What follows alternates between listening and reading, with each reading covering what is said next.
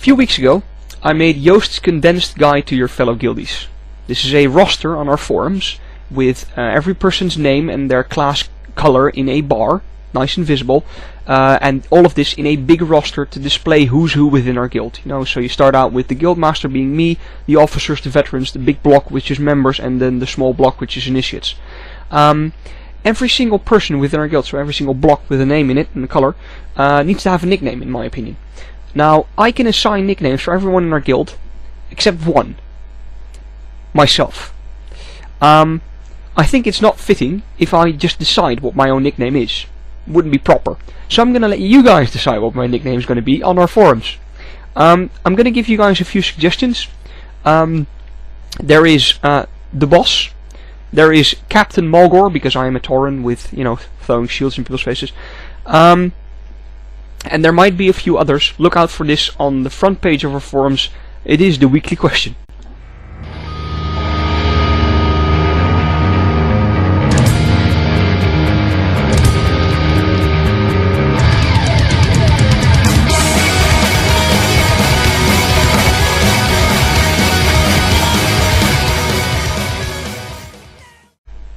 Hello everyone, welcome to episode number 10 of Musings of a Guild Leader. My name is Joost and I am still the Guild Leader of Intrepid Society.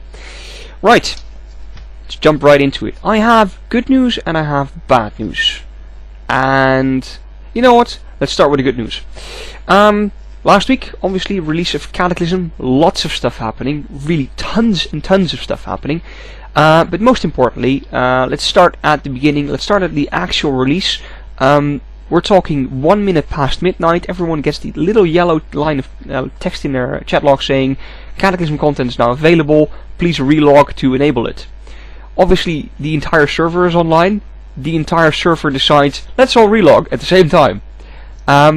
Yeah, thanks Blizzard. Blizzard knows this already. There's not really that much they can do about it, but their loading servers obviously cannot handle stress like that. This is why you're stuck for half an hour up to an hour trying to log in, because everyone else is doing the same thing and they can't process that many people at the same time. So yes, the entire stuff crashes and everything, and horrible stuff happening. I hate my hair. Anyway, we had an interesting competition going. We had a competition where people basically made a bet on who would get to 85 first. By the way, congratulations Chimera, you won, you got to 85 as the first person in our guild. Close runners up, Minx was second, Fired Up was third, Gorgonite was fourth, and I believe it was Kasala who was fifth. Great job guys. Obviously prizes went out to those who actually claimed them. And the rest of the guild had a fun time watching those 4 or 5 people just going without sleep and just going like, need to level just a little bit more, energy drinks, stuff like that. It was hilarious to watch, and we've tried to be as supportive as possible in the days after when they were all really groggy. Other good news, all the stuff that I've been really psyched about is now actually finally live. We have a guild leveling system where guildies, by doing quests, earn reputation with their guild, but they also earn experience for their guild, so the actual guild you're in levels up, and every level that you unlock earns us new perks, like a faster increased movement speed for all guildies, or more reputation gain for everyone that's in our guild, or at some level, by the time you're seeing this, we're level 4 by the way, awesome, and we get more reputation.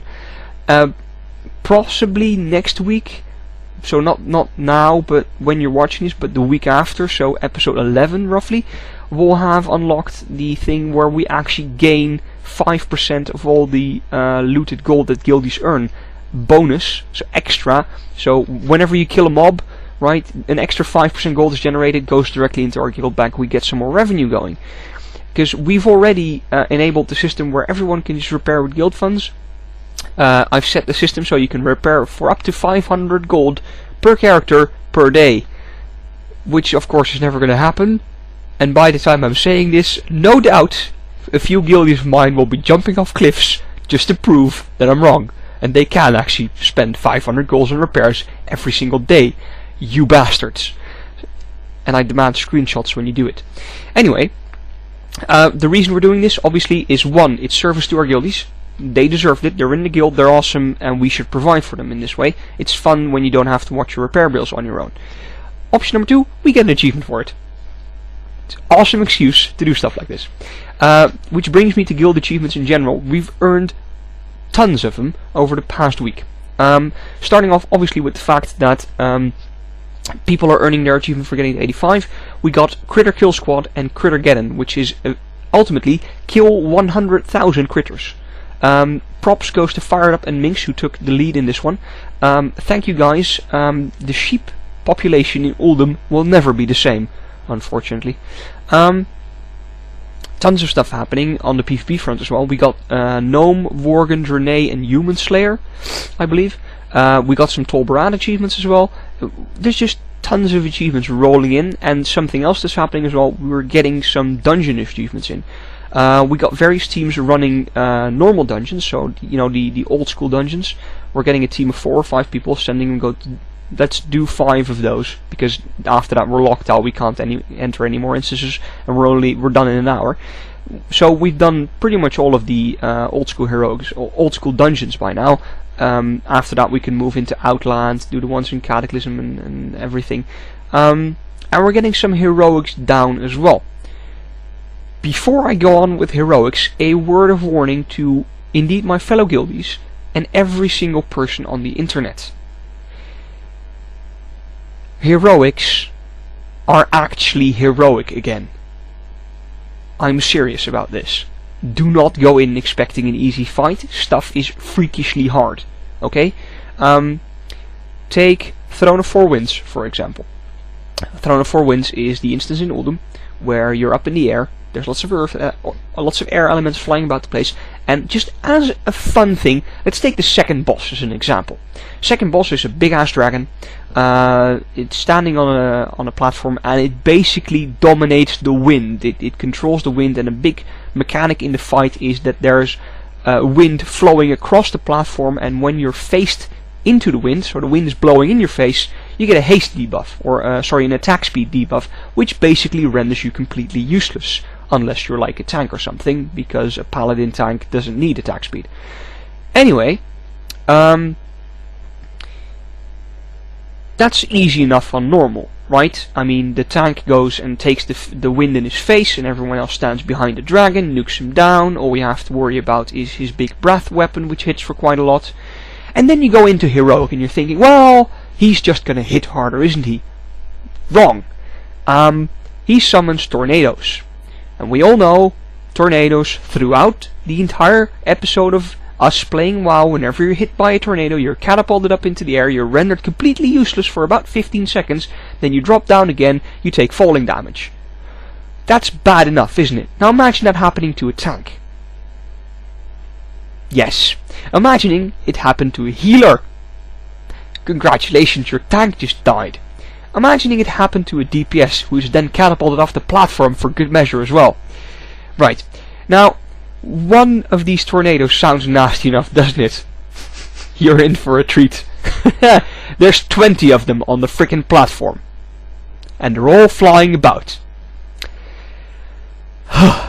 Right, so basically, heroics are freakishly hard nowadays. Get your gear sorted, read up on tactics, and get the crowd control down, especially on the trash packs that are really hard. Because stuff is just hard in heroics. For my part, you can watch the Weird Al Yankovic song, hard, or just stuff is hard, okay? And when we're getting to that, when you get the achievement for a heroic, it actually means something again, and I think that is actually really cool. And one other thing that I have to mention about these heroics, people, we're on the cutting edge of progression here. As much as we wouldn't like to face it, we kind of are. By the time that you're reading this, people right now going into heroics, we're the first wave, right? We are the people that are going into heroics, we're still wearing a few greens, we're testing stuff out. We're not properly geared up in any kind of progression sense, because a normal line of progression would be, we will run normals until we're fully blued out in 333 gear, then we're done, and then we can move on to the next level of content, which would be the heroics. We didn't, obviously, because we don't need full 333 gear, we need 329, which basically means you can have some blues and you can have some greens, go have fun. and die horribly in the process, because that's what's going to happen. So take care and value those achievements, because right now they actually mean quite a bit. Right, that was all the good news, and now on to the bad news. There's actually bad news, like really, personally bad news. I'm not going to sugarcoat this. I made a bad call. Me personally, as a guild leader, I made a bad call. There's a good side and a bad side to it. The bad side is I made a bad call. The good side is I'm going to show it to you so we can all learn from it, and hopefully me as well.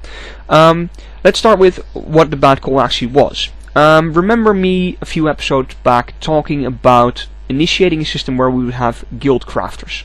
Like have a guild blacksmith crafting epics for the tanks, for instance. Stuff like that, right? And we would take funds from the guild bank, fund those crafters, have them power level their professions, and then we could churn out epics for the guild. Now, there's like a brick wall we're running into, at least a brick wall I'm running into, and that's basically, I found out that people do this on their own anyway. People jump ahead of the curve, especially when the person in charge of the guild bank, who, due to no fault of himself, let me make this very clear, couldn't be online as much as he wanted to be, so there is no direct line of funding going to people, which basically ends up with a lot of people having a lot of questions over stuff that's just not happening at all. End of the day, I decided to take the old concept of having guild crafters, hold it up in my hands like this, and chuck it out of the window like that, right? It's useless. There's no point in having a system where you assign a specific task to a specific person, which is going to be handled by those persons anyway, whether you give them the option or not, right? There's no use handing out an order to a person when they're already going to do it anyway. Leave it. Let them sort it out themselves, because they'll be at ease more. And otherwise, when you're trying to sort out the system, it's just not going to work, because people just have too many questions. There's no point, right? So what I am going to do is I still am going to have some form of guild crafter rank in the near future. 1 week from now, Musings episode 11, I'm going to present a new system in which we are going to handle our guild bank, because the guild bank we have right now is good, but the person in charge is getting swamped by work, so we need a system where we can divide the work over multiple persons. This is also an inside flaw of mine. It's rather of a less one. It's not actually a bad call, it's just something we're running into, but it's fun figuring out how to deal with issues like this, and it's interesting for me to be able to put it out there for you guys to see what's going on as well. So as it stands right now, stuff is going to stay exactly the same. Donations still go to free time, he's still going to sort them out for himself, but next week we're going to implement a new system, and it's going to go live when the Musings go live as well, so on a Wednesday. Look out for that. In the meantime, if you have any kind of awesome plans on how a guild bank should be run, or what we should potentially be doing with a guild bank, if you have any grievances or any suggestions, please, for the love of God, leave them down below in the thread, right? Leave a comment, tell me, if you're a guildie, obviously tell me what you would like, and if you're an outsider, one of those rare few gems out there that actually watches these ramblings of mine, and you have a guild bank system that actually works properly, please let me know what it is, because I'm actually kind of interested to find out how other people do it, just like potentially you guys are interested to see what I'm doing at the same time. So, that was episode number 10. Thank you all very much for watching. Episode number 11 proves to be a big one, especially with the guild bank system in place, and I shall see you all next week.